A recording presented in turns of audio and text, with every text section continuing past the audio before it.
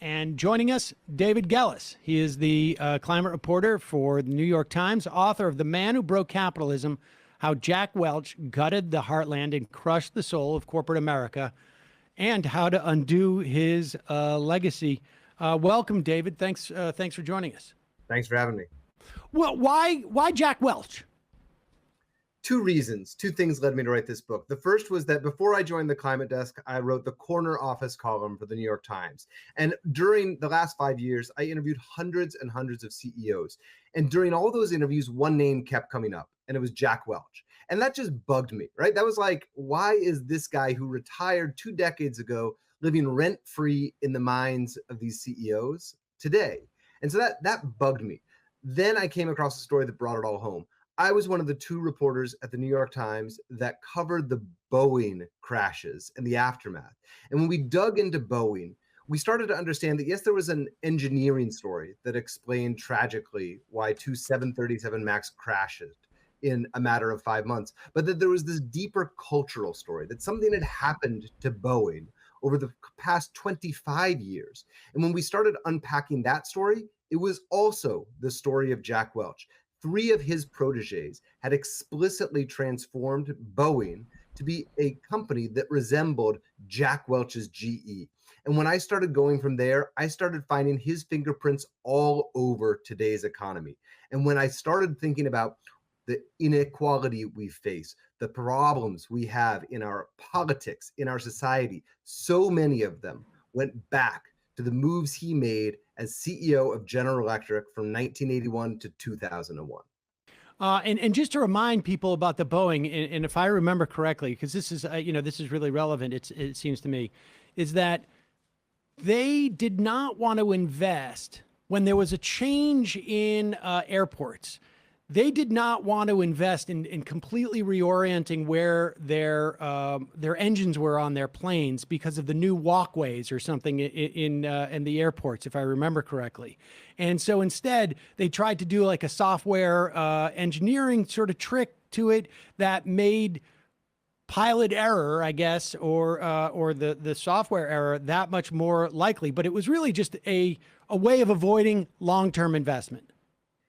Boeing started nickel and diming its engineers in the early 2000s, right after the first of these Jack Welch proteges took over. And Boeing was transformed from a company that was renowned for its pristine, perfect aeronautical engineering.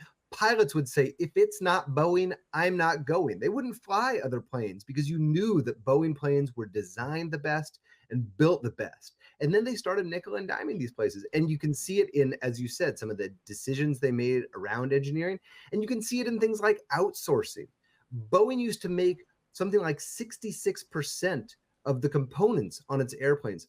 Under one of these Jack Welch proteges, that ratio flipped. And all of a sudden they were outsourcing 66% of the parts. And the list goes on in the ways that Boeing was transformed by the Jack Welch playbook. All right, let's go back. Just you do a little bit of history of GE.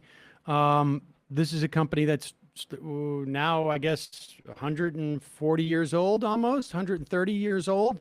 Thomas Edison founded it. At one point, there was something that they practiced called welfare capitalism. What was that, and who came up with that term? Well, what we're referring to there is really sort of the ethos that corporate America and companies well beyond GE embraced during much of the 20th century. You know, there of course was the Gilded Age, but after that, after the Depression, and really from the middle of the 20th century right up until the 80s when Jack Welch came on the scene, there was this sense, and I know it's like foreign language to us, among CEOs and among corporations, that it was incumbent upon them to take good care of their workers, that it was a good thing to do things like pay the government your taxes, that they wanted to make an effort to pay their suppliers a good fare for the goods and services they were receiving. There was this sense that we were actually in it together.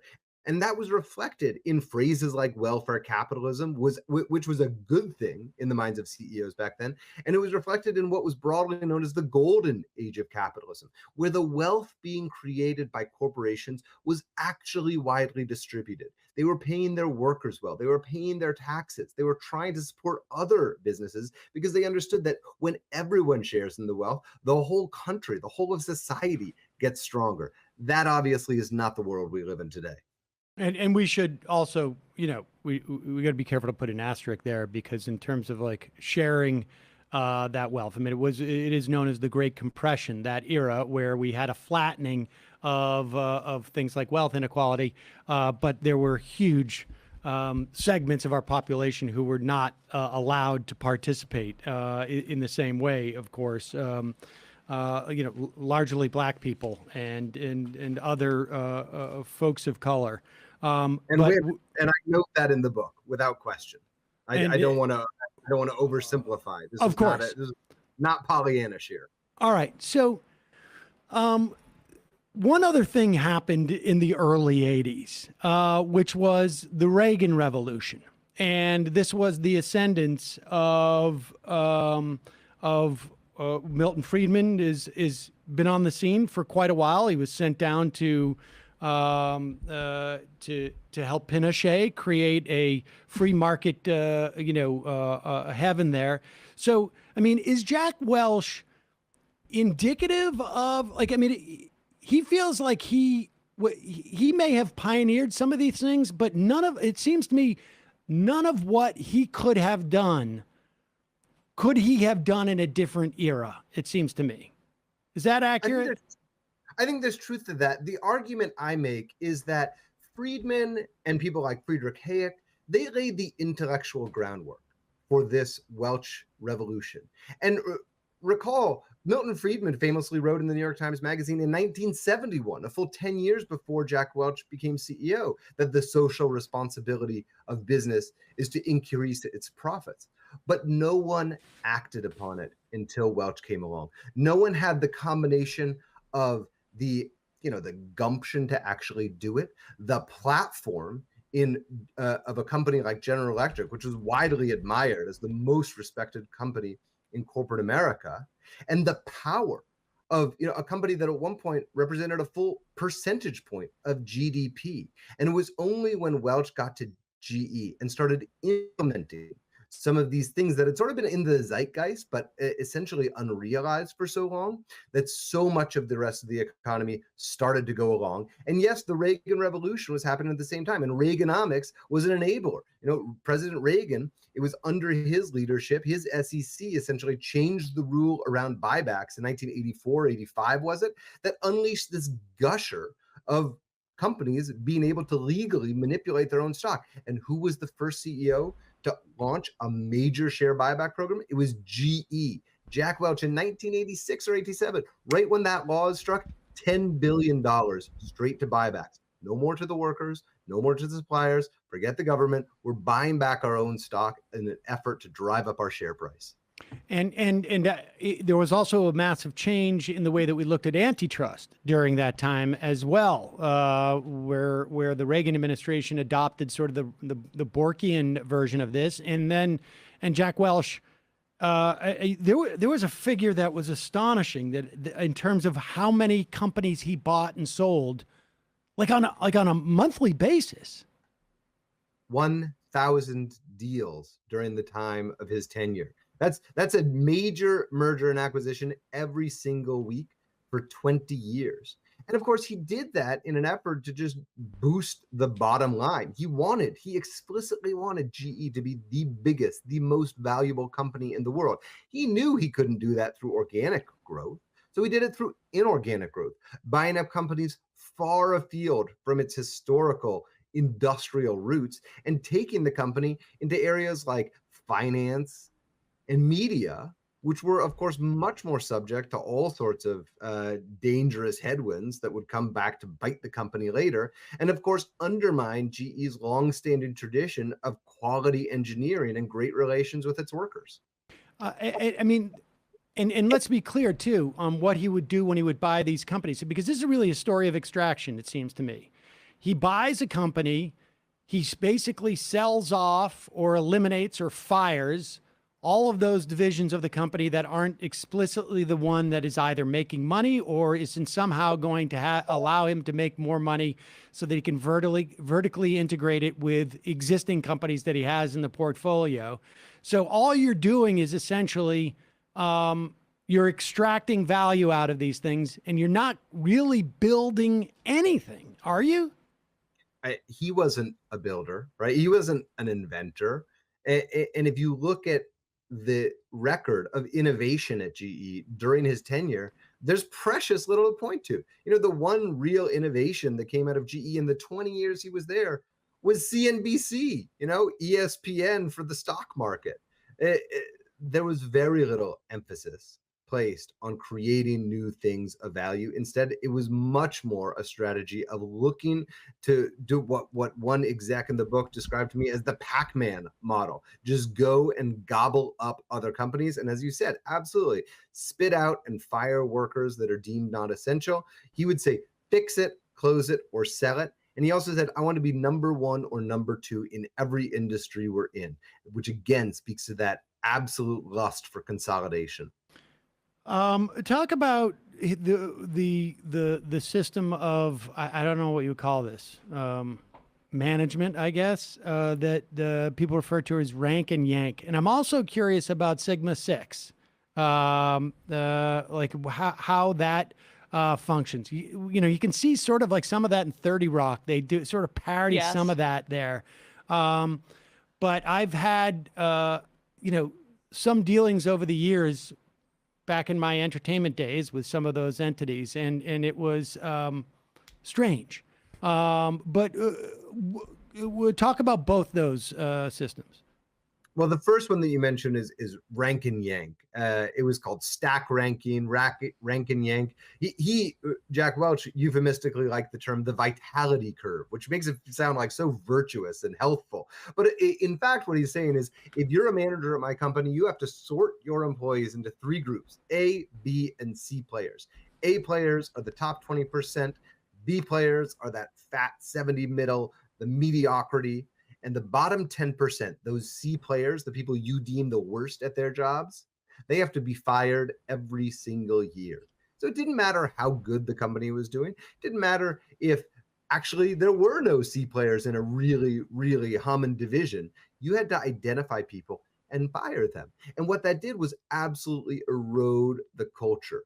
It ruptured this long-standing belief amongst people who did get hired by companies like GE or IBM or Procter & Gamble that they had a pretty something close to a good job, one that they could count on until retirement, as long as they didn't totally screw up. And what it also did is make employees fight with one another. Someone was going to have to be in that bottom 10%. So instead of collaborating, instead of being cooperating, they started turning against each other, and it absolutely destroyed GE's culture. Six Sigma, which you mentioned, was another thing that in theory was designed to improve efficiency, but so often absolutely eroded culture, especially cultures of creativity and innovation, by trying to systematize and manage everything to the nth degree, leaving almost no room for real human connection, real human empathy. Will you explain what that was? What that... Six Sigma. Yeah, I mean, it is a very arcane management practice, which is designed to root out all errors and defects and any variability within a manufacturing process. And it was designed from Japanese inspired. It was inspired by the Japanese system, similarly known as Kaizen. And this is sort of the management consultant version of that for corporate America. And it involved a heck of a lot of sort of very arcane terms. But again, it was designed to systematize and formalize every single process. And when that actually made its way down, especially, as you said, to people who were doing creative work, who were doing supposed to be researching and designing and innovating, it absolutely stifled their creativity. It wasn't there something like where they would take somebody who was working on ball bearings and then put them in charge of like production at CNBC or something like that? I'm not aware of that specific example, but it doesn't sound too far-fetched. Let's talk about the financialization of because again, so much of this tracks like it feels like this was there were larger structural things happening that allowed for all of these moves that Jack Welch he saw these opportunities quicker maybe than anyone else, but they were structural. It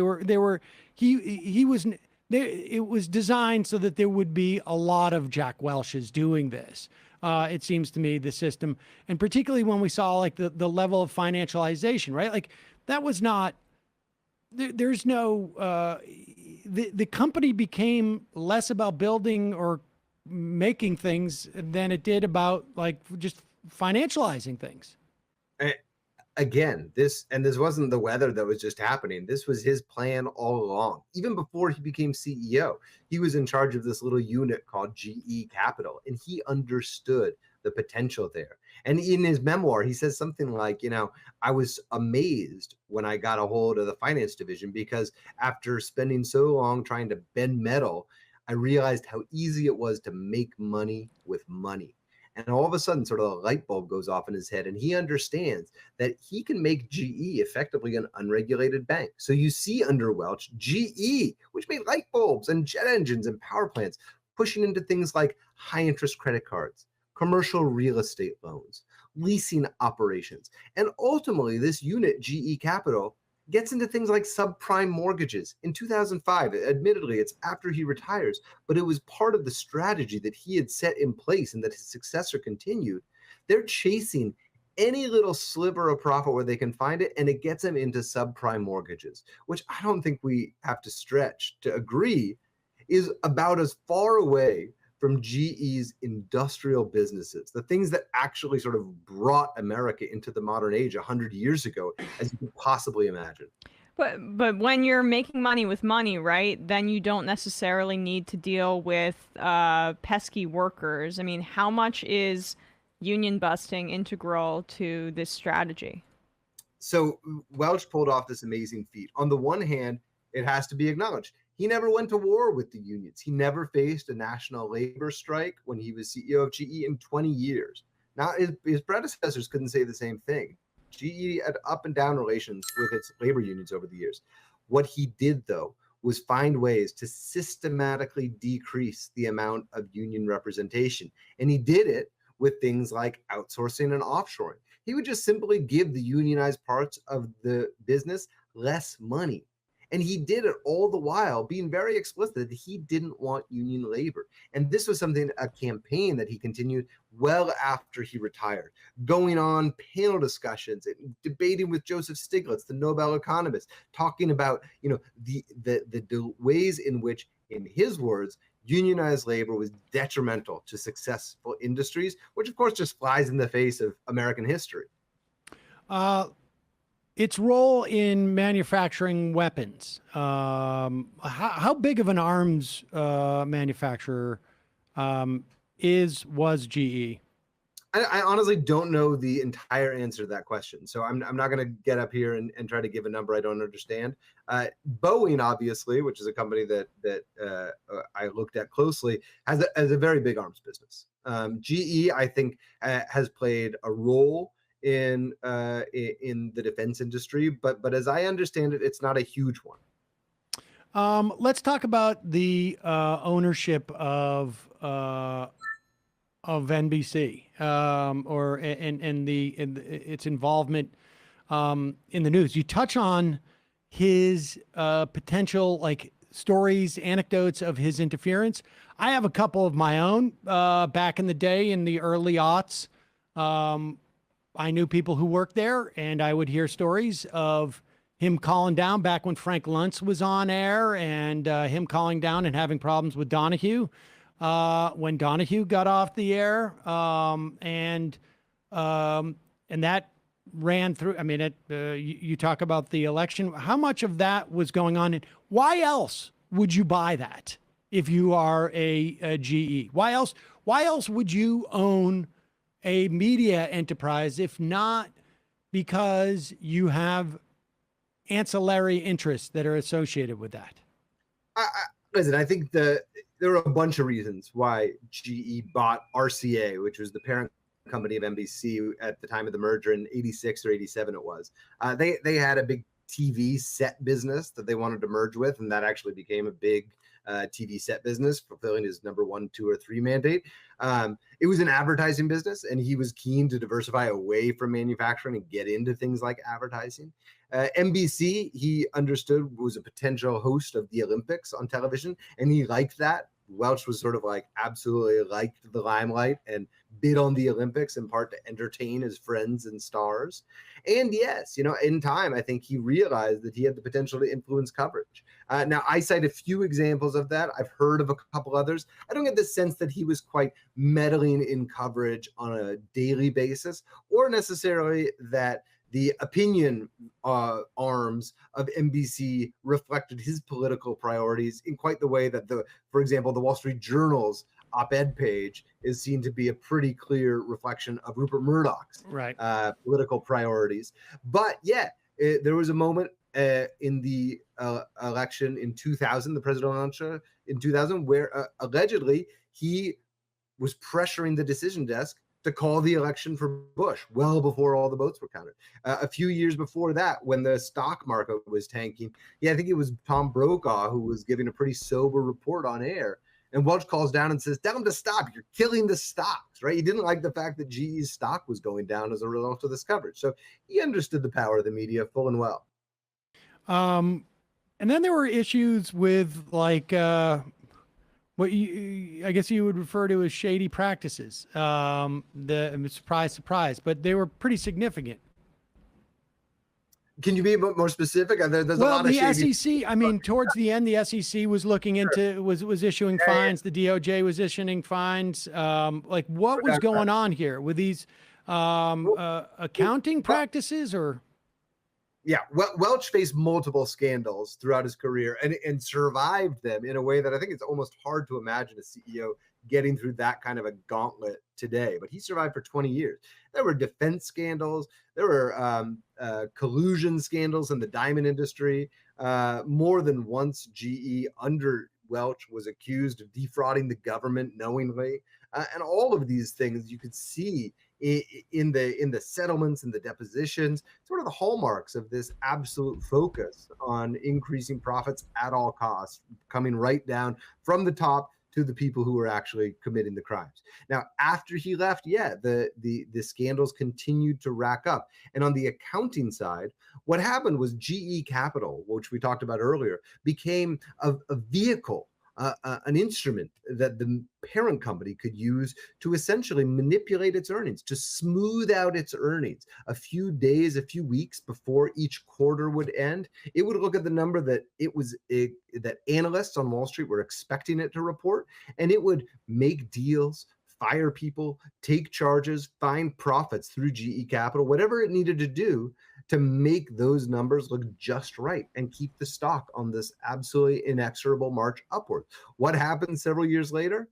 The SEC catches on. Like, there are all sorts of shady accounting practices going on, and they settle for, I think, several $billion. Now, that settlement, important to note, pertained to periods, I think, from 2003 to 2005, so just after Welch retired. But in the settlement, they note that these practices, these same sort of things, look to have been well established, and the implication was clear. Though the SEC might not have had the goods, in part because regulation was much looser then. Financial reporting standards were much more lax in the 80s and 90s, but they were saying as clear as they could, this kind of stuff has been going on for a long time at GE. So in the end, I mean, I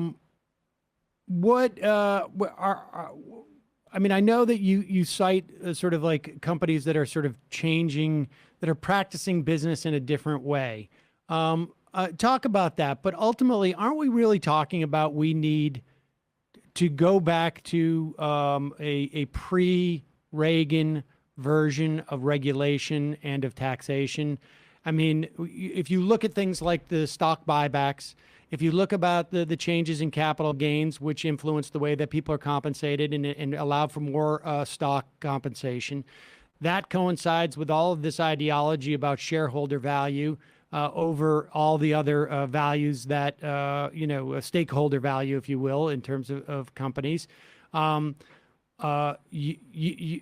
mentioned stock buybacks. Antitrust completely changed in the early 80s, late 70s, in terms of the way that the government would perceive, that type of buying up and shedding of businesses, and would be, in a different regime, maybe one that we're starting to see today. Just you wouldn't get away with it. Give me your sense of that. I don't think we can turn back the clock. I think there are some values, some priorities, some of the ways that the government tried to actually regulate companies in the economy from earlier in the 20th century that can serve as useful models. But as you said a couple of times in this conversation, the world changed and the world's going to continue to change. So I think it'd be naive to think that we can sort of snap our fingers and go back to the golden age of capitalism, as it were, and think that companies are magically going to sort of stop prioritizing shareholders and strike this more equitable balance. I think it's just not going to be that simple. Instead, what I'm looking for are changes to incentive structures, changes to systems, changes to markets. I think where we can start nudging companies, or if the government can ever get its act together, actually start regulating some of these changes and start essentially mandating or finding ways to incentivize companies to take better care of their workers, to stop doing everything at the expense of anything that might compromise shareholder value. And I point, as you say, in the book, to a few examples of companies that are starting to make steps in this right direction. But I don't think anything is going to happen quickly. And the way I think about it is, it was a generational project that I describe in this book. It was decades and decades of work, from laying the intellectual groundwork from people like Friedman and Hayek to people like Welch actually taking the advantage of it and trying to put it into place, to decades of his proteges really driving this ethos down deep into our economy, to the point that a lot of people today don't even realize that things used to be a different way. Similarly, I think it's going to be a generational project. I think it's going to take decades of work to really create a more equitable economy. I wish it could happen faster. Anything that can nudge things along in the right direction, I'm all for it. But the reality of how big these problems are, the reality of how entrenched some of these systems are, suggests to me we are looking at decades of work ahead of us. Do we have a cultural problem too, though? I contend that we're going to have much more regulation. We cannot rely on this. But is there also a cultural problem in terms of like the way that someone like Jack Welch has been sort of lionized and continues to be in some ways, right? And didn't he break a record for how much money he got when he retired? What was that figure? It was $417 million compensation package when he retired. Yeah, listen, this is where I start the book, Sam and Emma. This is like the very first lines of the book, The Man Who Broke Capitalism, are about our cultural problem. And what the heck's going on in this society where we worship our CEOs, that it's captains of industry who are our cultural heroes, rather than, people who are actually contributing something enduring, something truly valuable. We have somehow romanticized the pursuit of profit as a good thing in its own right. So yeah, we've got deep cultural problems, and anything we can do to uproot that, I'm all favor for as well. But it starts with sort of recognizing that just because someone like Jack Welch makes, something close to $1 billion in his career simply for being a people manager who fired people and bought other companies, until we stop putting people like him up on pedestals, I think we've got a long way to go. I just want to be clear too. I mean, you're not suggesting we can't go back to the old regimes of regulation, right? I mean, we could theoretically close loopholes that allow for the financialization, allow for companies to essentially become, unregulated banks. Such legislation has been proposed, certainly in the wake of the financial crisis. We are already seeing at least some reorientation to where we are on antitrust. The SEC could theoretically tomorrow say, you know what, stock buybacks, they're not a good idea. We used to call that stock manipulation, and we just redefined it out of, I mean, so that's all possible. But is it also possible that we have just a problem with not bad capitalism, but capitalism in and of itself, that it's that it is creating different categories of capitalism is in some way hiding the ball, right? I mean, Thomas Piketty argued that what we've referred to as the Great Compression, or you've called the golden age of capitalism, was actually the anomaly. That was not, that was atypical, and certain things aligned, and that was a brief respite. But maybe there's a certain inevitability that we cannot rely on benign companies, but rather we need new structures and a new system for our economy so that this type of stuff doesn't happen. Perhaps. Maybe I'll write my next book about that. I haven't done the full research, and I'm not going to sit here and pretend I know what the equitable replacement to capitalism as a whole structure is going to be.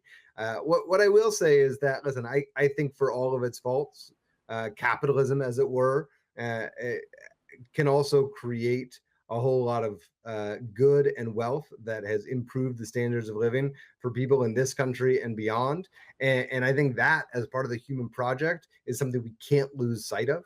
And so that's in no way an effort to excuse all of the sins of a system like capitalism. I just want to note that human flourishing is also an important priority for myself, and I think is an important thing to think of in this conversation. So if we're going to uproot the system of capitalism, we better have a pretty good replacement waiting in the wings for it. Indeed. David Gelles, climate reporter for the New York Times, author of The Man Who Broke Capitalism, How Jack Welch Gutted the Heartland and Crushed the Soul of Corporate America, and How to Undo His Legacy. Thanks so much for your time today. Really appreciate it. We'll put a link to that book at majority.fm. Thanks to both of you. Thank you.